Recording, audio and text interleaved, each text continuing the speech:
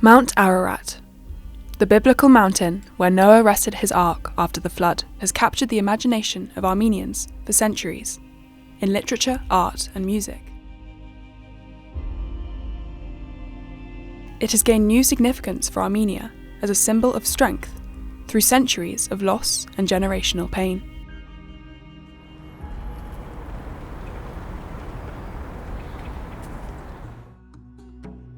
Armenians lived in cities, towns, and villages throughout what is today the Republic of Turkey, until the genocide, which eliminated the Armenian population there. In the 20th century, the Iron Curtain ran between Turkey and Armenia. After the collapse of the USSR, Turkey then closed the border with Armenia in the mid-1990s, and so Ararat has been largely inaccessible to Armenians. In recent decades, however, it has become possible for Armenians to scale this historic mountain by reaching Turkey through Georgia. To climb the mountain, a climbing permit is required. Armenian climbers from all around the world say the process of scaling the peak presents not only a physical challenge, but a harsh confrontation with Armenia's past. I wanted to explore what this experience brought to various Armenians who had travelled from near and far to climb Mount Ararat. Ararat is one of the pillars of our identity and also for me of my identity. Artak Beglarian is a human rights activist from Nagorno-Karabakh. He is one of over 120,000 Armenians who was forced to leave his home and homeland in 2023, following the Azerbaijani takeover of the area. He took on the challenge of climbing Ararat in 2013, despite being blind since the age of 6. For him, the symbol of Ararat is closely linked with his human rights campaigns for disabled people, but now, more acutely, for displaced Karabakh refugees. And this is a source of pain for us. But on the other hand, this is a source of power and energy for us to fight for justice. I asked climbers what comes to mind when they look at Ararat. Majestic.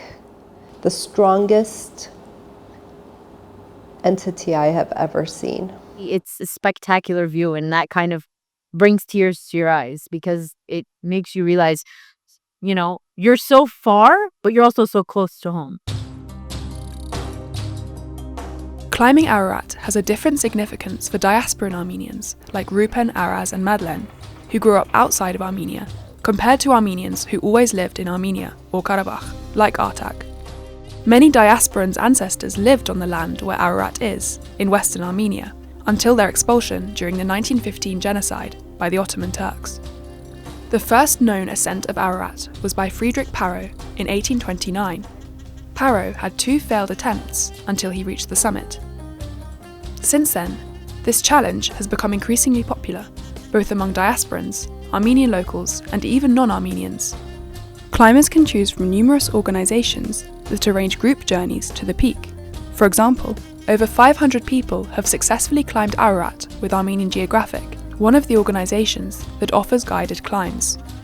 For Artak, climbing Ararat was about proving his own determination. As a blind person, that many people, even many friends of mine, didn't believe that I could do that. My better halves, obviously. I think for us, it was your love of climbing and your love of mountains, but it opened doors to a whole other experience. Absolutely. Ararat and climbing Ararat was one of the ways to test and develop and empower my Armenian Christian identity and also my identity as a person with disability. It was also Artak's ascent of Ararat that in part inspired Madlen to embrace the challenge.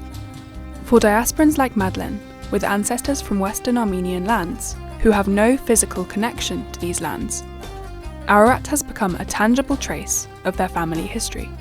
Many of our ancestors don't have a grave, and so Mount Ararat in part had become the grave, the connection spot, the meeting point. I felt, because Ararat is the strongest thing I've ever seen, that I could take my pain in part to Ararat and ask her to help me carry that load.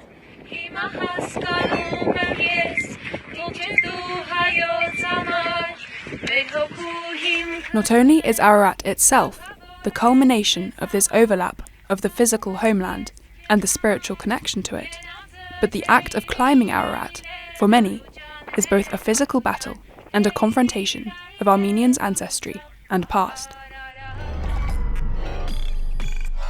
Climbers travel up through Georgia to enter Turkey, usually spending the night before the climb in Bayazet. Climbers are met by Kurdish guides and begin their ascent to base camp at 3,200 meters, or 10,500 feet. On Base Camp 1, there was showers, there was dancing. We danced with our Kurdish guides, we sang. We woke up the next day, the hike up, it was challenging.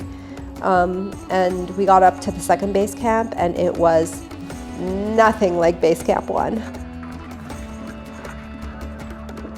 And the area where Base Camp 2 is really rocky, quite steep. Climbers then typically wake up at midnight to start scaling the summit and get there early in the morning, so they can begin their descent back to the second camp while it's still light. Many of those who have climbed go in a climbing group or with friends. We chose to speak to a husband-wife team and a mother-son duo, as well as a young man with disabilities, all of whom relied on and embraced the collaboration that is so important for so many who climb. Artak recounts his unique experience climbing as a blind person with his deaf friend. Symbolically, he was my eyes, I was his ears. Two persons with heavy disabilities were helping each other to climb Ararat collectively as a group. Madeline, like many climbers, fell ill with altitude sickness on the way up. But her son and the whole team supported her throughout the climb. We made it to the summit. Unbelievable. This one, my gorgeous son, did it all for me. Emotional, caring, physical support, from physically carrying my bag or at the base camp going and getting me tea. We all needed something during that journey, and so we were all giving it to one another. This individualistic side of me was persisting as I prepared for this hike, but it was really the collectivist Armenian nature that got me to the top. I know that Aras doesn't like admitting it, but those last, 50 meters? Yeah, I needed support. I had my head down on his backpack. I'm like, are we almost there? So, definitely. It's not something you do alone. No.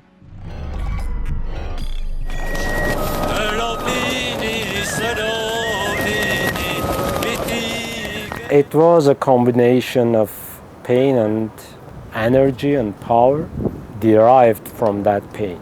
I mean, unlike others, I didn't see where I am. They